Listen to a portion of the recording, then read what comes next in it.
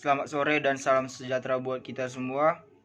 Pada kesempatan ini, kami kelompok yang terdiri atas Joshua Samuel Mapea, Andre Wijaya, Rizky Ananda Utama, Ari Michael Saragi, Muhammad Erwin Nasution, dan Fajar Jiri Dinata Situmorang ingin memaparkan materi mengenai terapi fisik terhadap penyakit degeneratif diabetes mellitus. Diabetes mellitus merupakan suatu kelompok penyakit metabolik dengan ciri hiperglikemia yang terjadi sebab kelainan sekresi insulin, kerja insulin ataupun kedua-duanya. Menurut American Diabetes Association, diabetes mellitus atau DM ialah sesuatu kelompok penyakit metabolik serta kronis dengan karakteristik hiperglikemia yang terjalin sebab kelainan sekresi insulin, kerja insulin ataupun kedua-duanya yang memerlukan perawatan kedokteran serta pembelajaran pengelolaan mandiri buat menghindari komplikasi kronis serta merendahkan risiko komplikasi jangka panjang. Diabetes mellitus ialah gangguan metabolisme yang secara genetik serta klinis tercantum heterogen dengan perwujudan berbentuk hilangnya toleransi terhadap karbohidrat. Tubuh tidak bisa mengganti karbohidrat ataupun glukosa, jadi tenaga diakibatkan badan tidak sanggup memproduksi ataupun penciptaan insulin kurang, apalagi tidak sanggup memakai insulin yang dihasilkan, sehingga glukosa tidak bisa masuk ke dalam sel buat diganti jadi tenaga serta menimbulkan kandungan glukosa di dalam darah bertambah. Keadaan tersebut bisa menimbulkan kehancuran di bermacam jaringan badan, mulai dari pembuluh darah, mata, ginjal, jantung, serta saraf yang diucap dengan komplikasi dari diabetes mellitus.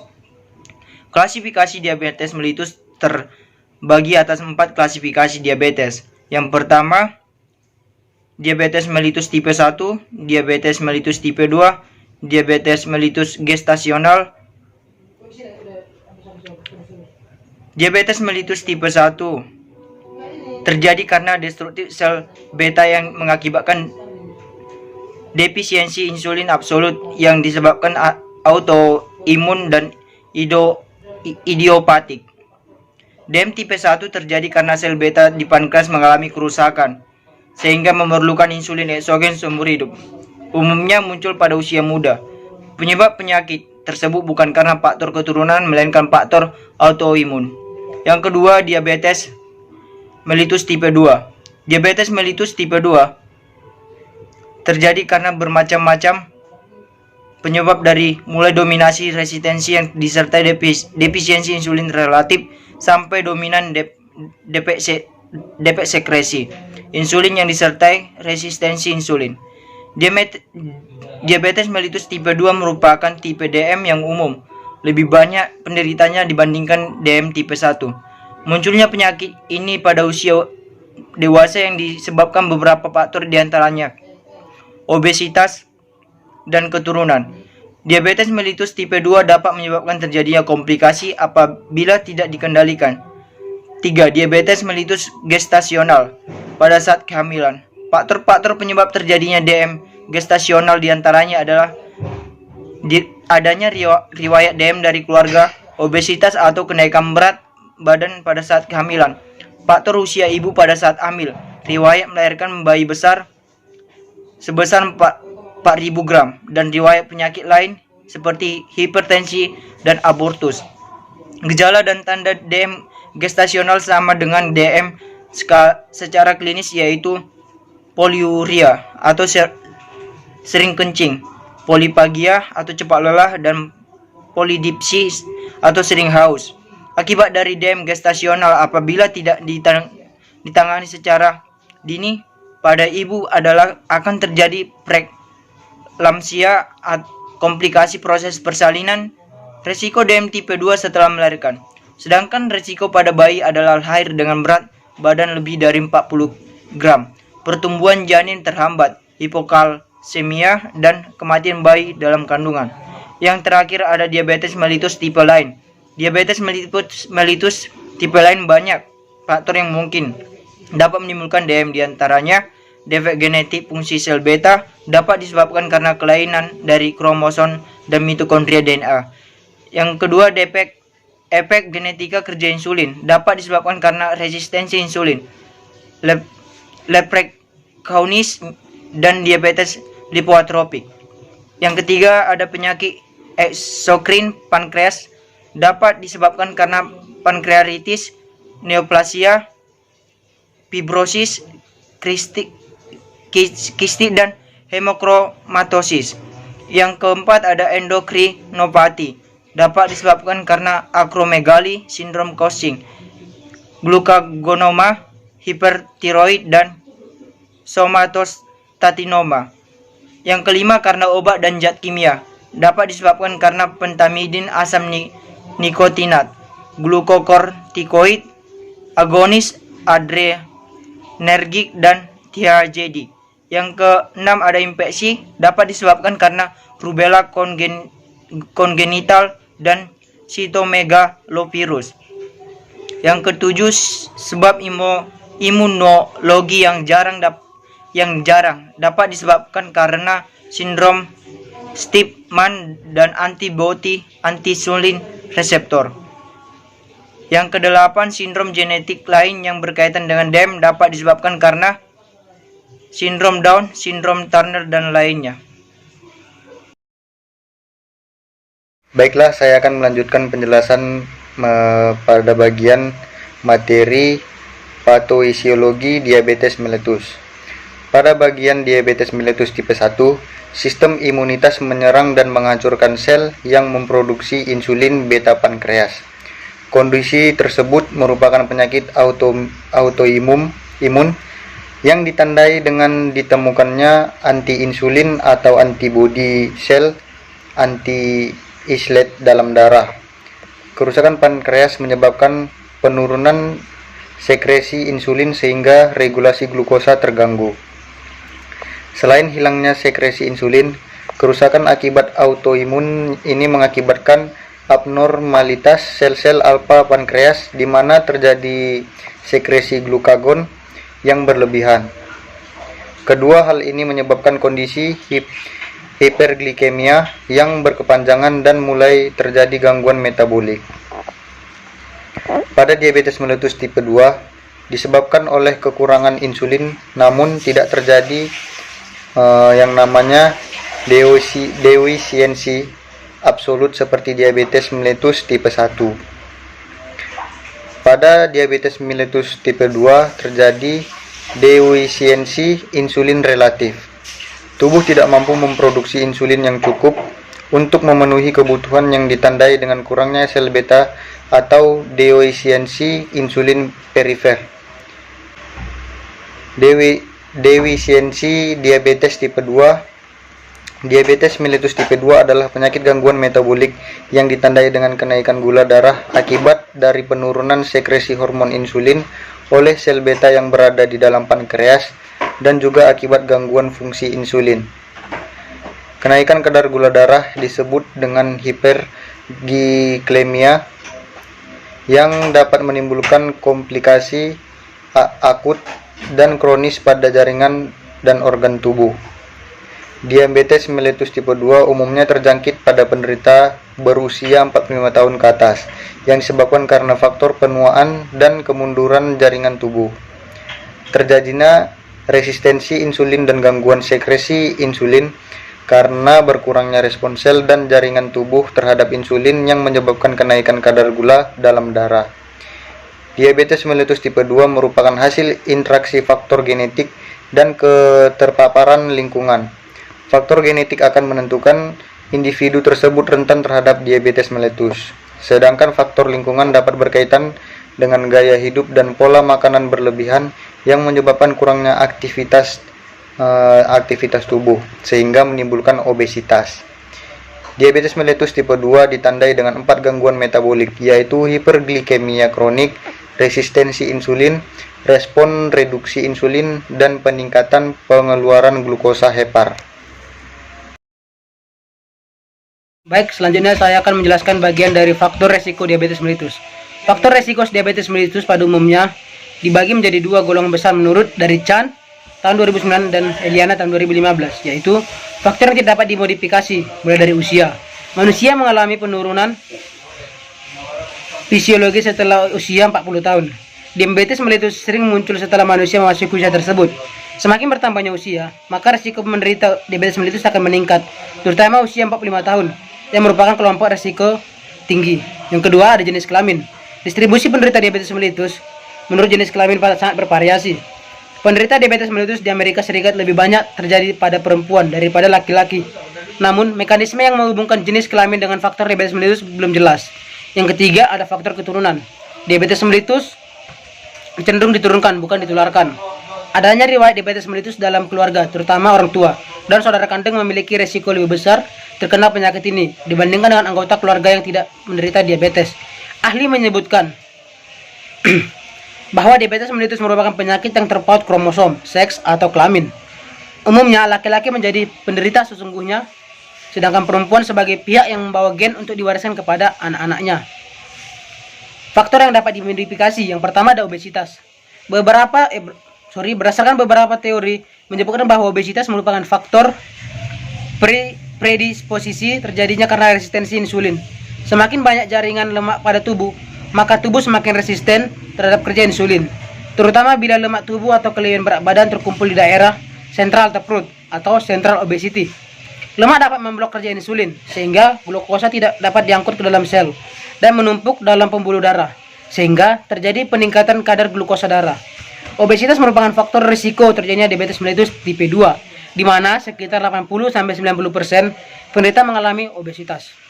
Yang kedua, ada aktivitas fisik yang kurang. Berdasarkan penelitian bahwa aktivitas fisik yang dilakukan secara teratur dapat menambah sensitivitas insulin. Prevalensi diabetes mellitus mencapai 2-4 kali lipat terjadi pada individu yang kurang aktif dibandingkan dengan individu yang aktif. Semakin kurang aktivitas fisik, maka semakin mudah seseorang terkena diabetes. Olahraga atau aktivitas fisik dapat membantu mengontrol berat badan. Glukosa dalam darah akan dibakar menjadi energi, sehingga sel-sel tubuh menjadi lebih sensitif terhadap insulin. Selain itu, aktivitas fisik yang teratur juga dapat melancarkan peredaran darah dan menurunkan faktor risiko terjadinya diabetes mellitus. Baik, yang ketiga ada hipertensi. Hipertensi merupakan suatu keadaan di mana tekanan darah sistol lebih dari 140 mmHg atau tekanan darah diastol lebih dari 90 mmHg. Hipertensi dapat menimbulkan berbagai penyakit, yaitu stroke, penyakit jantung koroner, gangguan fungsi ginjal, gangguan penglihatan. Hipertensi juga dapat menimbulkan resistensi insulin dan merupakan salah satu faktor risiko terjadinya diabetes mellitus. Akan tetapi, mekanisme yang menghubungkan hipertensi dengan resistensi insulin masih belum jelas, meskipun sudah jelas bahwa resistensi insulin merupakan penyebab utama peningkatan kadar glukosa darah. Baik, yang keempat ada pola makan. Pola makan yang salah dapat mengakibatkan kurang gizi atau kelebihan berat badan. Kedua hal tersebut dapat meningkatkan risiko terkena diabetes. Kurang gizi atau malnutrisi dapat mengganggu fungsi pankreas dan mengakibatkan gangguan sekresi insulin. Sedangkan kelebihan berat badan dapat mengakibatkan gangguan kerja insulin. Yang kelima ada alkohol. Alkohol dapat menyebabkan terjadinya inflamasi kronis pada pankreas yang dikenal dengan istilah pankreastritis. Penyakit tersebut dapat menimbulkan gangguan produksi insulin dan akhirnya dapat menyebabkan diabetes mellitus. Genetika diabetes mellitus dapat diturunkan dari keluarga atau orang tua yang mempunyai faktor riwayat diabetes mellitus. 6. Obesitas. Peningkatan berat badan dapat menyebabkan risiko terjadi diabetes mellitus. Peningkatan berat badan, timbunan lemak yang ada di dalam tubuh menghalangi kerja insulin, sehingga glukosa tidak dapat diangkut ke dalam sel dan menumpuk di pembuluh darah yang menyebabkan peningkatan kadar gula darah dalam pembuluh darah. Yang ketujuh, adanya kurangnya aktivitas. Berkurangnya aktivitas tubuh dapat meningkatkan berat badan, sehingga dapat menyebabkan obesitas. Gejala dan tanda diabetes mellitus ini, beberapa gejala dan tanda klinis diabetes mellitus di antara lain. Yang pertama, poliura atau sering kencing adalah produksi di mana terjadi kelainan pada produksi urin di dalam tubuh yang abnormal yang menyebabkan sering manajemen terapi pada penyakit degeneratif. Biasanya berkemih normalnya 4-8 kali sehari. Karena kelebihan produksi urin dalam tubuh, maka berkemih lebih dari normal sehari. Yang kedua ada polifagia atau cepat lapar. Adalah di kondisi di mana sering merasa lapar. Hal ini disebabkan karena glukosa darah pada penderita diabetes mellitus tidak semuanya dapat diserap oleh tubuh, yang berakibat tubuh kekurangan energi. Yang ketiga ada polidipsia atau sering haus. Adalah kondisi akibat dari poliura atau sering kencing menyebabkan rasa haus yang berlebihan. Yang keempat, mudah lelah. Adalah kondisi yang terjadi akibat poliura dan polidipsi. Yang kelima, berat badan menurun, yaitu di mana kondisi kemampuan metabolisme glukosa terganggu, sehingga tubuh tidak dapat menyimpan glukosa dan membuangnya melalui urin. Sehingga tubuh yang mengambil glukosa cadangan di jaringan tubuh sebagai energi. Yang keenam ada luka infeksi yang sukar sembuh. Itu kondisi yang disebabkan efek dari hiperglikemia, sehingga terjadi komplikasi akut dan komplikasi kronik yang merusak jaringan tubuh, atau International Diabetes Federation. Berikutnya, saya akan menjelaskan tentang komplikasi diabetes mellitus. Diabetes mellitus dengan karakteristik hiperglikemia dapat mengakibatkan berbagai komplikasi yang dapat dibagi menjadi dua secara garis besar, yaitu yang pertama, komplikasi makrovaskuler. Komplikasi makrovaskuler adalah komplikasi yang mengenai pembuluh darah arteri yang lebih besar, sehingga penyebab atherosklerosis. Akibat atherosklerosis antara lain timbul penyakit jantung koroner, hipertensi, dan stroke. Komplikasi makrovaskuler yang umumnya berkembang pada penderita diabetes adalah penyakit jantung koroner, penyakit pembuluh darah otak, dan penyakit pembuluh darah peripheral. Komplikasi makrovaskuler ini sering terjadi pada penderita diabetes mellitus tipe 2 yang umumnya menderita hipertensi, dislipidemia, dan atau kegemukan. Yang kedua, komplikasi makrovaskuler. Komplikasi makrovaskuler terutama terjadi pada penderita diabetes mellitus tipe 1. Hiperglikemia yang persisten dan pembentukan protein terglikasi menyebabkan dinding pembuluh darah menjadi makin lemah dan rapuh, dan terjadi penyumbatan pada pembuluh-pembuluh darah kecil. Hal ini yang mendorong timbulnya komplikasi mikrovaskuler antara lain retinopati, nefropati, dan neuropati. Komplikasi akut hipoglikemia adalah gejala yang timbul akibat tumbuh kekurangan glukosa dengan tanda-tanda yang pertama rasa lapar, gemetaran, keringat dingin, kemudian pusing. Hipoglikemia dapat menyebabkan terjadinya penderita diabetes mellitus yang mengalami reaksi hipoglikemia biasanya disebabkan oleh obat-obat diabetes yang diambil dalam dosis tinggi. Krisis hiperglikemia merupakan komplikasi akut serius pada penderita diabetes mellitus. Krisis hiperglikemia dapat terjadi dalam bentuk ketoasidosis diabetik atau KAD. Status hiperosmolar hiperglikemia atau kondisi yang mempunyai elemen kedua keadaan di atas. KAD adalah keadaan yang ditandai dengan asidosis metabolik akibat pembentukan badan keton yang berlebihan. Sedangkan CHH ditandai dengan hiperosmolalitas dengan berat dengan kadar glukosa serum yang biasanya lebih tinggi dari KAD murni. Pada semua krisis hiperglikemik, hal yang mendasari adalah pada KAD dan SHH di samping kekurangan insulin yang efektif dalam darah. Terjadi juga peningkatan hormon kontrainsulin seperti glukagon, katekolamin, kortisol, dan growth hormone. Hormon-hormon ini menyebabkan peningkatan produksi glukosa oleh ginjal dan heper dan gangguan utilisasi glukosa di jaringan yang mengakibatkan hiperglikemia dan perubahan osmolaritas ekstrasilular. Sekian dari penjelasan saya kembalikan kepada moderator. Terima kasih. Baiklah, selanjutnya saya akan menjelaskan tentang pencegahan sekunder terhadap komplikasi diabetes mellitus. Pencegahan sekunder adalah upaya mencegah atau menghambat timbulnya penyulit pada pasien yang telah terdiagnosis DM. Tindakan pencegahan sekunder dilakukan dengan pengendalian kadar glukosa sesuai target terapi serta pengendalian faktor risiko penyulit yang lain dengan pemberian pengobatan yang optimal. Melakukan deteksi dini adanya penyulit merupakan bagian dari pencegahan sekunder. Tindakan ini dilakukan sejak awal pengelolaan penyakit DM. Program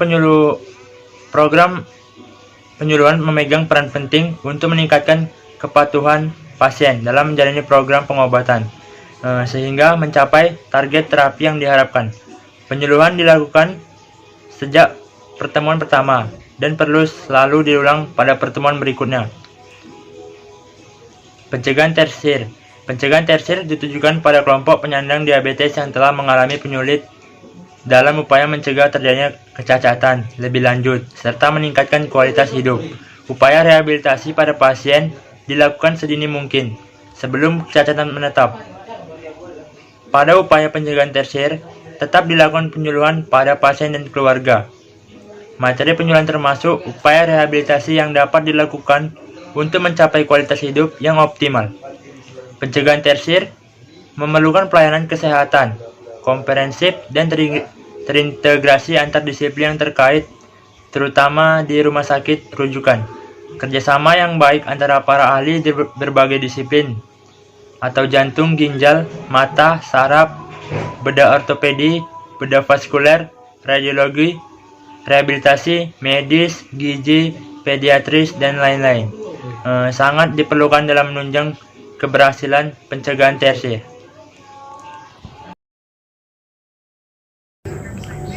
Selanjutnya, pemberian terapi fisik terhadap penyakit degeneratif diabetes mellitus. Yang pertama yaitu terapi kombinasi. Terapi dengan obat antihiperglikemia oral kombinasi baik secara terpisah ataupun exit dose combination dalam bentuk tablet tunggal harus menggunakan dua macam obat dengan mekanisme kerja yang berbeda. Pada keadaan tertentu dapat terjadi sasaran kadar glukosa darah yang belum tercapai, sehingga perlu diberikan kombinasi 3 obat antihiperglikemia oral dari kelompok yang berbeda atau kombinasi obat antihiperglikemia oral dengan insulin. Pada pasien yang disertai dengan alasan klinis di mana insulin tidak memungkinkan untuk dipakai, terapi dengan kombinasi 3 obat antihiperglikemia oral dan dapat menjadi pilihan. Kemudian yaitu terapi tanpa obat.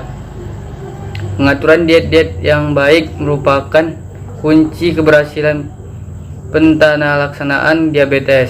Diet yang dilakukan adalah makanan dengan komposisi yang seimbang dalam hal karbohidrat, protein, dan lemak sesuai dengan kecukupan gizi baik sebagai berikut. Karbohidrat 60-70%, kemudian protein 10-15% dan lemak 20-25%. Kemudian olahraga. Berolahraga secara teratur dapat menurunkan dan menjaga kadar gula darah tetap normal. Saat ini ada dokter olahraga yang dapat dimintakan nasihatnya untuk mengatur jenis dan porsi olahraga yang sesuai dengan penderita diabetes. Prinsipnya tidak perlu olahraga berat. Olahraga ringan asal dilakukan secara teratur akan sangat bagus pengaruhnya bagi kesehatan. Olahraga yang disarankan adalah yang bersifat CRIV atau Continuous Rhythmical Interval Progressive dan Endurance Training. Baik, kesimpulan yang kami ambil adalah pada diabetes mellitus banyak sekali pembagian serta klasifikasi, terutama berdasarkan patosiologi, yaitu diabetes tipe 1, tipe 2, tipe lain, dan diabetes gestasional. Umumnya hal ini muncul pada usia muda, dan faktor-faktor penyebab atau risiko yang terjadinya diabetes mellitus ini diantaranya adalah karena adanya riwayat diabetes dari keluarga, obesitas atau kenaikan berat badan, jenis kelamin, dan faktor pola makan, dan juga faktor yang dapat dimodifikasi seperti aktivitas fisik yang kurang, hipertensi, dan juga alkohol. Adapun gejala dan tanda-tanda klinis diabetes mellitus ini yaitu diantaranya poliuria atau sering kencing, polifagia atau cepat lapar, polidipsia atau sering haus, mudah lelah. berat badan menurun dan luka infeksi yang sukar sembuh. Adapun pencegahan diabetes mellitus dibagi menjadi dua, yaitu pencegahan sekunder dan pencegahan tersier. Pemberian terapi fisik sangat penting terhadap penderita diabetes mellitus, seperti terapi kombinasi, terapi tanpa obat seperti pengaturan diet, dan terapi dengan cara berolahraga.